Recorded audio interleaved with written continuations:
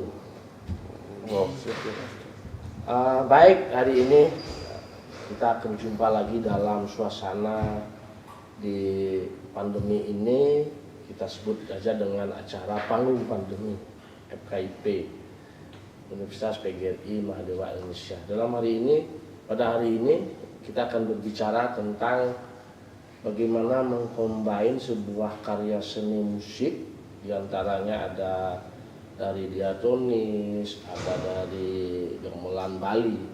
Nah, kebetulan di tengah-tengah kita sudah hadir para tokoh-tokoh, penyanyi-penyanyi dan penggarap karya yang diantaranya adalah dosen-dosen yang dimiliki oleh program studi pendidikan secara tasik Fakultas Keguruan dan Ilmu Pendidikan Universitas PGRI Mahadeva Indonesia, beserta ada juga mahasiswa yang hadirkan. Sebelumnya kita saksikan karya mereka seperti apa, silakan.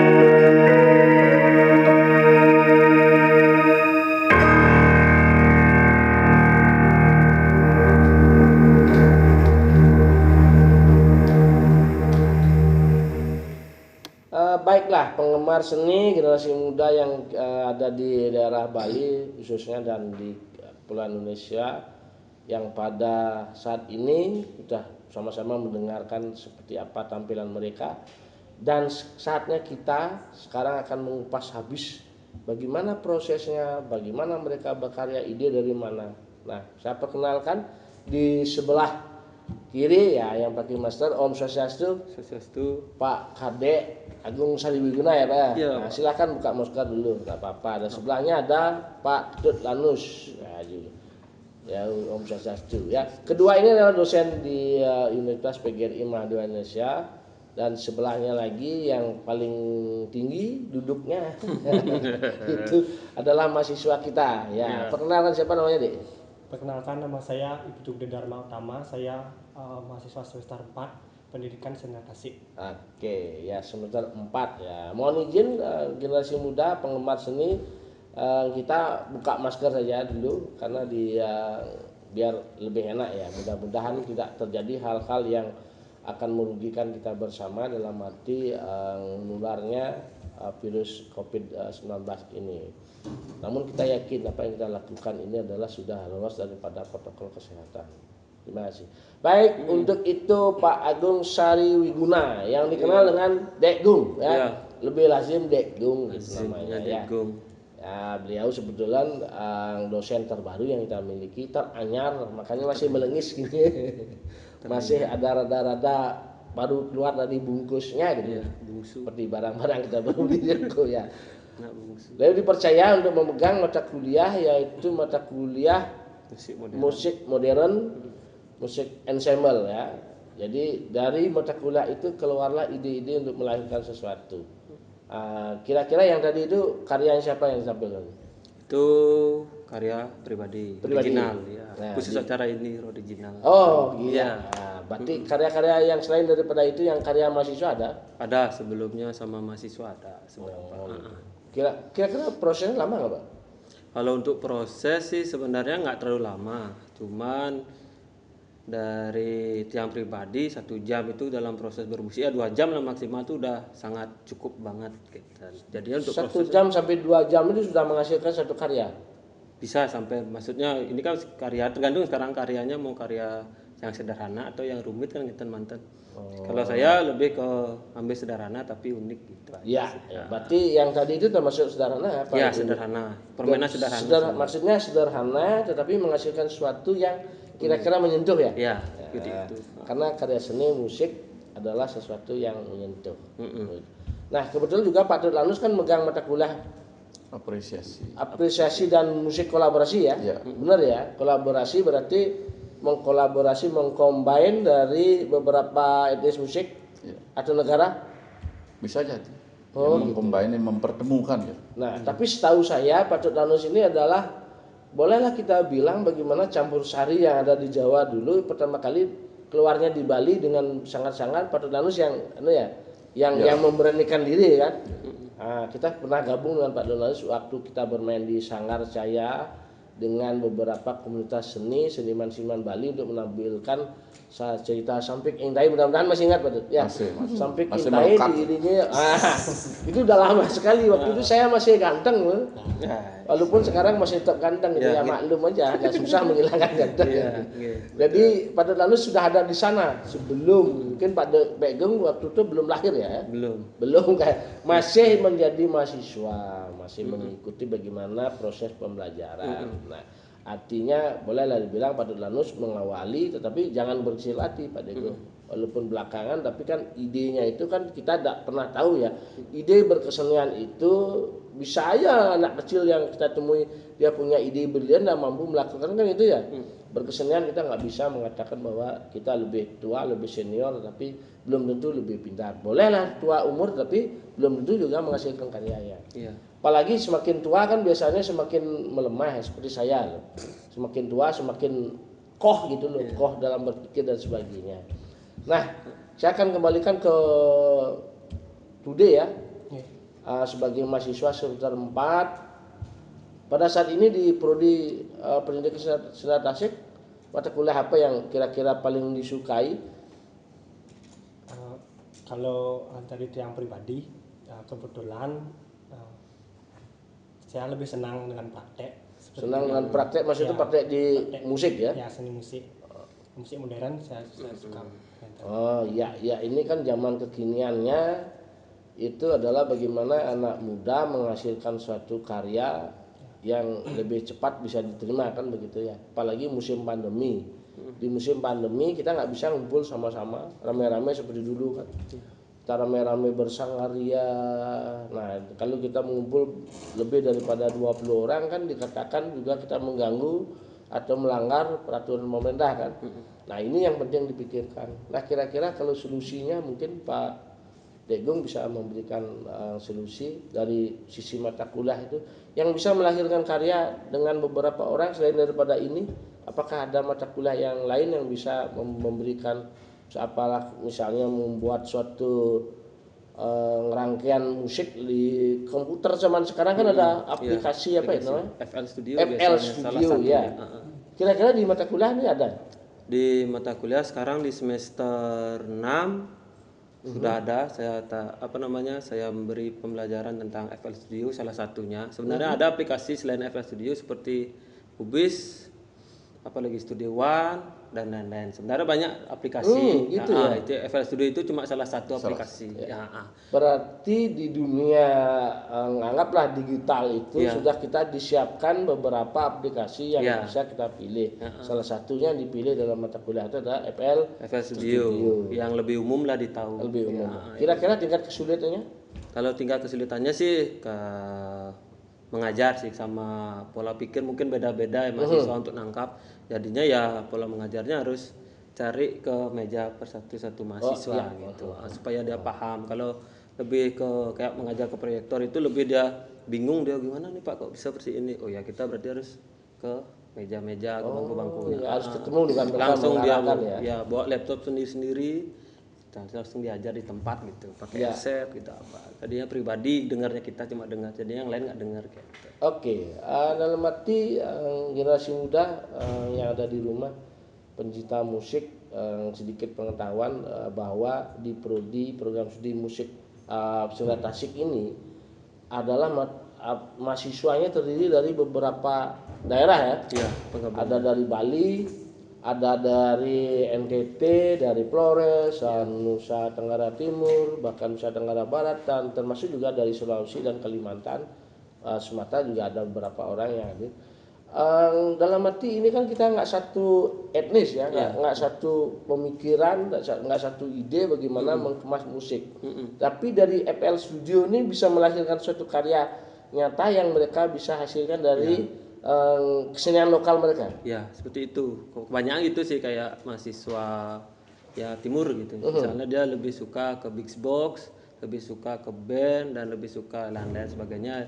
Dominan kalau kita yang Bali sendiri itu lebih dominan suka pakai gamelan buat sampling buat gamelan dari sana gening-gening gamelan Bali itu isinya gening-gening ke kebiaran itu dipindahkan ke FL Studio seperti itu banyak ya seperti itu kolaborasi juga bisa dibuat di sana gitu.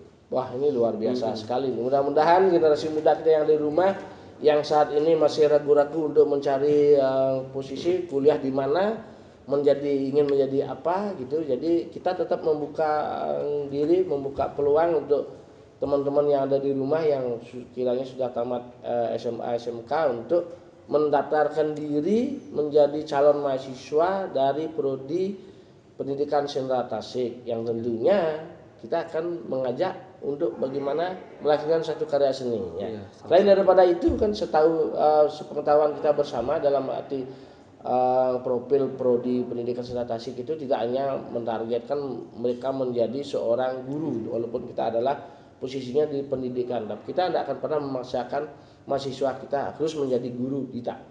Karena kita harus memberikan kesempatan mahasiswa itu menjadi seorang profesional di bidang seni drama tari dan musik, apakah seperti today nanti akan menjadi seorang pemusik, komposer dan sebagainya, atau membuka usaha sanggar dan sebagainya itu sangat peluangnya sangat betul-betul ada. Karena di antara dosen yang dua ini yang kita baru undang dua adalah rata-rata punya sanggar, rata-rata punya komunitas yang bagaimana menghasilkan anak-anak didik mereka menjadi sosok-sosok yang profesional di bidang seni, tentunya seni Bali dan seni yang termasuk kolaborasi tadi. Nah itu kira-kira.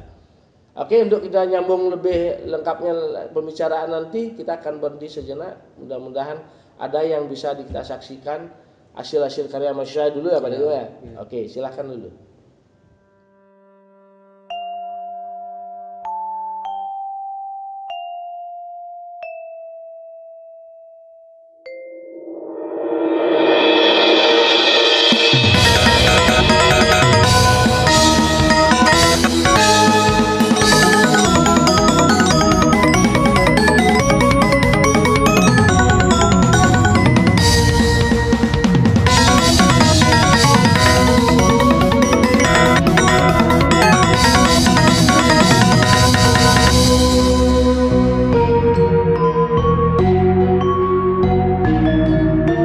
Kartini, kau adalah wanita sejati. Cita-citamu luhur, ingin memajukan kaummu. Tak gentar kau melawan takdirmu demi kebangkitan kaum. Raden Ajeng Kartini, kau adalah teladan bagi kami. Kau sejajarkan kami di mata dunia. Kau adalah cerminan bagi kami. Raden Ajeng Kartini.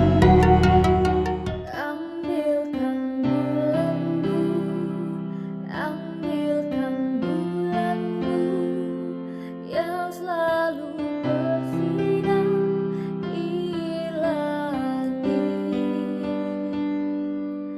bulan benderang, cahayanya sampai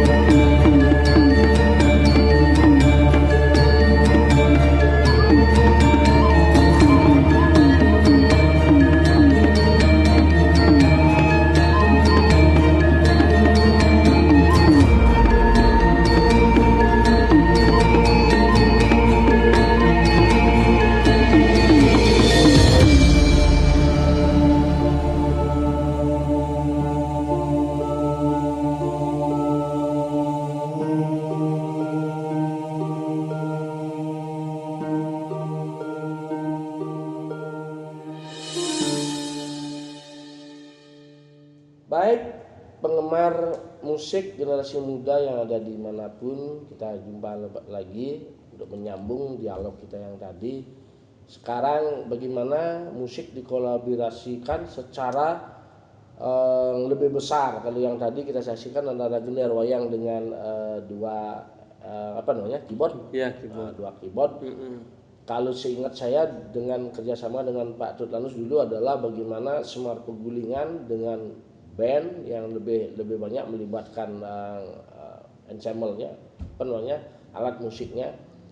Kita akan tanya-tanya Pak Tutlanus bagaimana menghasilkan karya itu. Ya kira-kira Pak Tut, mudah-mudahan kita kembali mengingat masa lalu, mengingat apa yang pernah kita jalani dalam arti berkesenian gitu kan. Patut mengiringi kalau nggak salah waktu itu Salju Group ya. Salju Group Bondres dengan cerita sampai Ingtai melanglang buana sampai keliling Bali dengan Semar Pegulingan lengkap band dan juga penampilan dari pelawak-pelawak Bali waktu itu.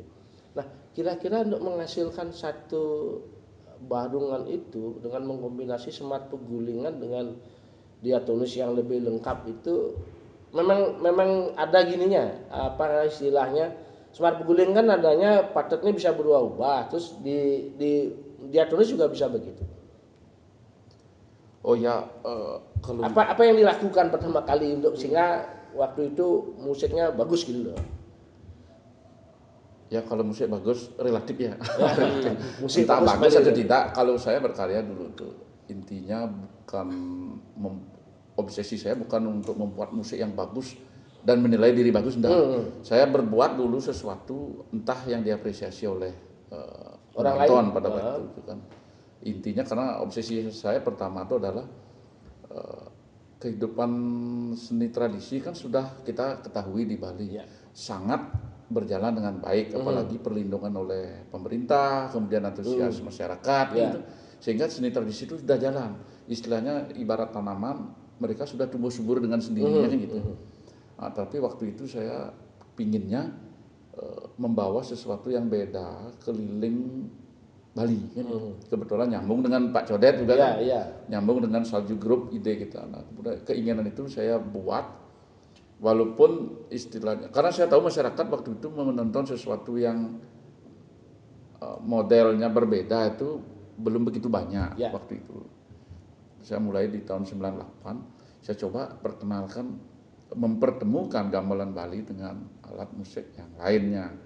Entah itu tradisi di Jawa, entah tradisi di Bandung, musik Kalimantan, macam-macamnya. Kemudian ada juga musik modern yang bertemu di sana alatnya, kayak gitu istilahnya dulu alatnya. Saya pertemukan mencoba. Saya juga belum tahu konsep apa yang akan terjadi. Kita kumpulkan aja orang. Kita kumpulkan, kita proses berjalan bersama-sama sehingga terwujud sesuatu walaupun belum sempurna kita pertontonkan dulu. Keliling musiknya dulu ke Banjar-Banjar, intinya saya ingin merangsang masyarakat umum itu, oh ternyata alat tradisi itu bisa dipertemukan dengan tradisi lainnya, bahkan dipertemukan dengan alat modern, kan itu intinya. Sehingga masyarakat waktu itu ya lumayan sambutannya. Di samping obsesi saya kan ingin masyarakat umum itu biar terbawa, oh ternyata selain gamelan Bali itu ada juga gamelan ini, alat musik tradisi lainnya ada juga, alat musik modern bisa dipertemukan menjadi sesuatu yang berbeda, kan itu intinya. Sehingga masyarakat tidak nonton yang tradisi asli saja kan gitu istilahnya. Itu aja tujuannya. Berarti dalam arti sebuah proses penggarap itu kita nggak perlulah merasa takut atau bahwa karya itu akan hasilnya kurang memuaskan gitu. Yang penting kita berkarya dulu ya. Ya itu intinya. Kalau saya juga mahasiswa pun saya perkenalkan jangan takut berkarya, masalah hasilnya dikatakan jelek atau belum sempurna tidak masalah. Itu kan step by step yang harus kita lewati, nanti akan pasti sempurna. Sama saya ketemu Dek Gung pertama, saya tahu nih ini anak muda yang akan menjadi bintang berikutnya. Saya lihat luar biasa keterampilan dia bermain kemudian menyajikan sesuatu. Dia punya istilahnya innernya, dia punya feeling. Tafsiran saya ke depan dia akan menjadi sesuatu yang berbeda. Makanya saya senang sama karya-karya Dek Gung. Ini akan menjadi ya seperti Pak Sugamo bilang penerus berikutnya gitu. Ya. Makanya saya menyambut baik ketika Dek Gung direkrut di sini. Wah, saya senang sekali. Saya ada teman gitu, ada teman sharing sekaligus teman bermain kan gitu istilahnya. Walaupun kita awalnya bertemu ya seperti anak dan bapak gitu istilahnya. Tapi kita tidak ada jarak seperti itu. Kita baur. Nah, kolaborasi juga sama. Kolaborasi itu kita tidak hanya mempertemukan alat musik dan skill musik, tetapi mengkolaborasikan diri. Ada istilahnya ada ego yang kita mesti kendalikan. Siapa yang mengalah, siapa yang menonjol, siapa kita bareng. Nah, itu, kolaborasi itu tidak hanya mempertemukan alatnya, mempertemukan kolaborasi tentang skill kemampuannya, tetapi juga diri. Gitu. Kolaborasi itu banyak luas sekali cakupannya. Itu istilahnya. Ya, oke. Kita tangkap bahwa teman mudaku yang ada di rumah dan dimanapun yang berada, bahwa berkesenian musik tentang menggabungkan beberapa alat, walaupun kita nggak paham ya, nggak paham bagaimana sebenarnya. Kalau kita bilang di Bali kan ada pakem tabuh gini ya begini, mungkin aja di grup-grup yang lain seperti band sebagainya mereka punya pakem juga ya, kita anggap aja pakem dulu. Kita nggak paham bahwa pakemnya mereka seperti apa, tapi ketika alat itu kita mainkan dengan secara bebas, kita menemukan jati diri alatnya yang berbeda, hasilnya itu akan menghasilkan suatu karya kan begitu. Maka dari itu jangan takut. Nah, kita garis bawahi bahwa jangan takut berkarya, mainkan saja apa dulunya. Jangan takut juga ketika karya itu dikatakan jelek, kurang memuaskan dan sebagainya. Happy saja gitu. Nah, pokoknya happy saja. Kadang-kadang kan ada begini, ada suatu istilah bahwa kesukses itu bukan tujuan, tapi sukses itu adalah proses. Ya. Kita pertama adalah mengetahui bagaimana proses itu melahirkan sesuatu. Kalau memang proses itu benar, proses itu terlahir seperti Pak Todarus bilang bahwa itu tidak hanya menemukan alat, tetapi menemukan ide dan hati ya, dan hati keinginan itu murni di sana, itu kan menghasilkan suatu karya seni yang kiranya lebih bisa diminati. Nah, ke Pak, bilang Pak ini lagi mahasiswa semester 4 today ya, maaf saya bilang Pak, bukan kelihatan tua tapi udah wibawa kelihatan. Mudah-mudahan ke depan bisa betul-betul menjadi bapak-bapak yang ya kira-kira ya dari posisi bapak-bapak itu loh. Kan bisa aja. Bisa. Karena alumni kita di sini tidak hanya bisa menjadi sosok-sosok yang kita mencari pekerjaannya itu, sudah beberapa yang muncul menjadi bapak-bapak, mereka sudah punya bawahan banyak sekali. Nah, today sekarang kan semester 4 ya. Dari proses mata kuliah dari semester 1 sampai semester 4 itu rasa-rasanya di semester berapa ya tadi? 3 ya? Tiga sudah mengcombine musik apa itu? Modern ya. Nah, itu kan itu sudah ada hasil ya. Nah, untuk sekarang dibawa pulang ke rumah ya, ke kampung atau kemanapun, sudah adakah karya-karya yang dihasilkan dengan Sketeruno atau siapa? Kalau berbicara seperti itu artinya kembali ke COVID karena tidak bisa berkumpul. Ya, kita dibatasi dengan COVID ya, tapi ide itu ada kan? Ide itu mungkin banyak mendapatkan pelajaran dari mata pelajaran musik modern, kan? Artinya lebih leluasa kita bisa mengeksplor lagi tentang musik modern, musik barat dengan musik Bali, itu tradisi Bali, kan? Artinya lebih senang lah kita berkarya, lebih berimajinasi kan. Ya, tapi jangan lupa bahwa di program kuliah itu kan ada kurikulumnya begitu banyak ya. Jangan hanya menyukai satu bidang studi aja di musik, nanti yang lainnya terabaikan ya, sama dengan nanti kan hasil nilainya juga diabaikan. Nah, begitu teman mudaku yang ada di rumah, bahwa siapapun bisa belajar seperti ini, bahwa dari kedua penjelasan dari dosen kami, sesuatu itu sebenarnya dihadapi dengan rileks, santai, dan tidak usah tegang-tegang itu. Seperti itu beliau itu mengajar di kelas. Untuk apa ragu-ragu lagi untuk kita bergabung di sini untuk mempelajari sesuatu dengan hasil karya yang mudah-mudahan bisa kita nikmati dan mudah-mudahan bisa ditularkan kepada generasi muda seperti Sketeruno yang ada di masyarakat di kampung kalian masing-masing. Baik, untuk lebih banyak lagi kan kita bongkar-bongkar lagi terkait dengan teknik dan sebagainya, kita saksikan dulu yang lewat ini.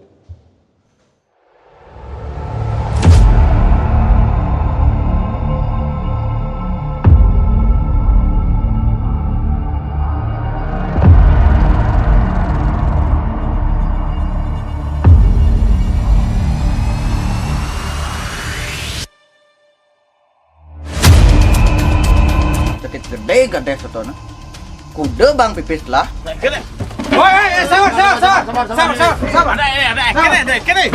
Ini mah sertifikat besi cang kudus lah juga. Ini mah kira ini mah. Hei, tapi antos nah, binjok mati sih binjok. Kengken. Tadi Pokoknya tiang buat sakit hati saja ada di rumah pokoknya kengken jo.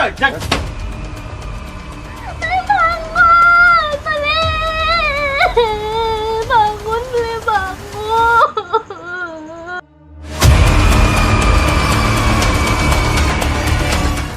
Ini awal ya kone ya. Pokoknya Bang Man jelema besi matiang yo. Kamu bos. Kle cek cinu ke ciragu jaca. Pidan jo, nah gampang tuh.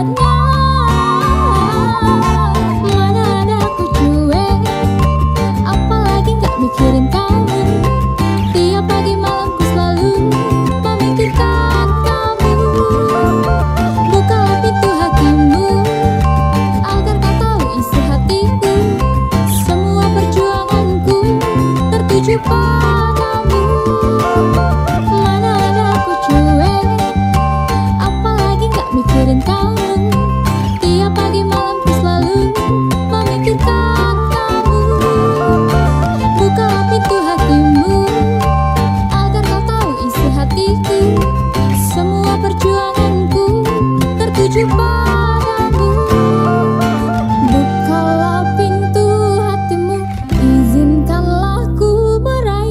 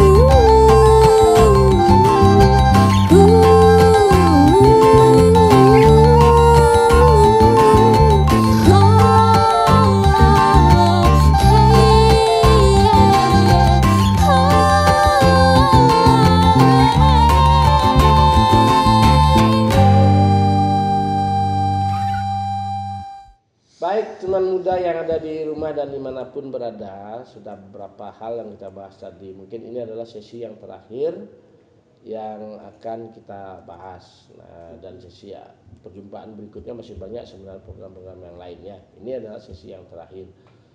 Seperti kita ketahui bersama bahwa dalam suasana pandemi ini kita dibatasi dalam ruang gerak. Ada yang bekerja dari rumah, ada yang belajar dari rumah.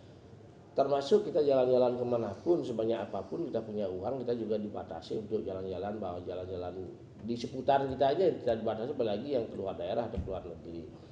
Jadi generasi muda jangan sungkan-sungkan untuk melakukan sesuatu proses seperti yang dibicarakan tadi, bahwa ada aplikasi FL Studio dan lain-lainnya untuk menemukan cara kita menghasilkan suatu karya seni. Kita anggaplah misalnya memahami tekniknya bagaimana kita bermain di dalamnya. Anggap salah satu lagu yang kita kenal, lagu daerah-daerah itu kita cover-cover sehingga menghasilkan suatu karya yang akan menjadi kehasil karya kita, walaupun karya itu sudah ada sebelumnya. Yang itu pertama. Yang kedua, kita buat lakukan bahwa hal-hal yang sekecil mungkin tapi akan menghasilkan sesuatu yang besar. Dan untuk itu juga teman-teman yang ada di luar Bali jangan berkecil hati bahwa perkuliahan seperti daring ini bisa akan menghasilkan, apalagi teman-teman yang dari luar Bali itu biasanya kan basicnya mereka itu tidak seperti teman-teman kita di Bali, bahwa mereka memahami seni tari seperti teman-teman kita yang Bali. Mereka kadang-kadang seni tari pun agak kaku ya dalam, tapi nuansanya, tapi kita tetap kita bisa lakukan dengan kita memberikan tutorial untuk belajar tari Bali dan penjelasan dengan modul-modul praktikumnya. Kita sudah siapkan semuanya untuk melakukan hal itu. Jangan berkecil hati, walaupun ada di luar Bali tetap bisa menjadi mahasiswa kita yang ada di Universitas PGRI Mahadeva Indonesia.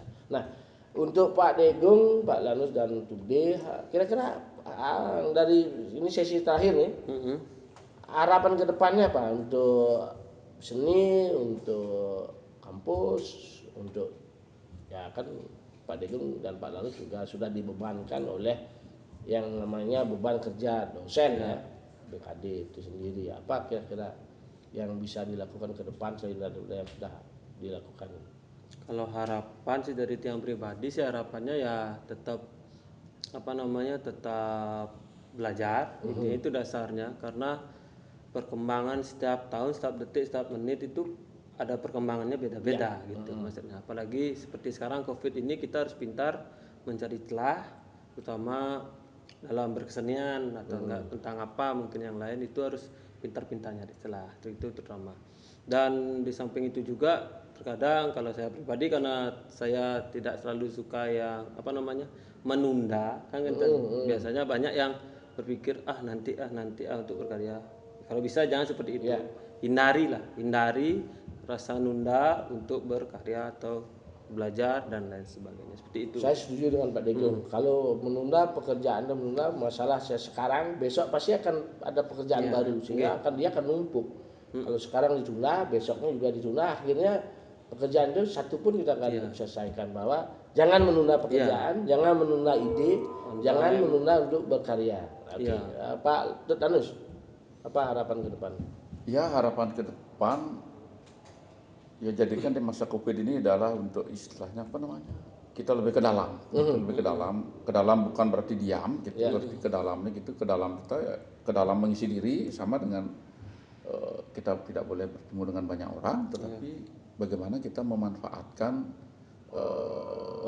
waktu, teknologi juga ada untuk cara kita bertemu walaupun dari jarak jauh. Gitu. Nah, pemanfaatan itu kita lakukan, kemudian untuk mengisi diri juga ke dalam, tetapi semoga cepat situasi kembali. Nah, saat itu kita sudah siap ya, sudah tidak kelabakan lagi kan gitu istilahnya. Sehingga harapan ke depan kampus ini juga nanti tetap kita jalin kerjasama. Kemudian di dalam kampus ini kita juga seperti yang dikatakan tadi, kemarin saya mengajarnya dengan 40 orang. Saya pun korbankan waktu dengan bertemu dengan 10 orang. Jadinya kelas yang harus terjadi sekali bisa 4 kali kita ambil bertemu dengan 10 orang karena ada sesuatu hal yang tidak bisa kita lakukan dengan daring seperti praktek musik itu kan tidak bisa gitu. Kita harus teorinya kita sudah kirim, tetapi kita bertemu yang harusnya bertemu sekali ya kita 4 kali, tidak berapa ya. Pemanfaatan waktu lebih luas jadinya kita, tapi tidak masalah, itu pengorbanan kita untuk mahasiswa, tetapi harapan kita proses ini berjalan setelah situasi normal lebih siap lagi gitu. Kalau today kan selaku mahasiswa sekarang, apa harapan ke depan sebagai mahasiswa dan generasi muda di bidang seni namanya? Harapan saya juga kebetulan generasi muda, jadinya intinya kita sebagai generasi muda harus terus belajar, kita harus memanfaatkan waktu dengan baik sehingga mampu mengasah diri sehingga menjadi lebih baik lagi Kenten. Dan untuk harapan saya untuk kampus tercinta ini, Universitas PGRI Mahadeva Indonesia, khususnya Prodi Kesenian Tasik, semoga prodi ini bisa menjadikan atau dapat membuat lulusan terbaik Kenten Pak. Ya, artinya terutama saya juga berkuliah di sini Asungkara Kenten. Artinya harapan today menjadi lulusan terbaik ya, itu kembali kepada individu ya, bahwa lulusan terbaik berarti harus belajar dengan baik juga ya.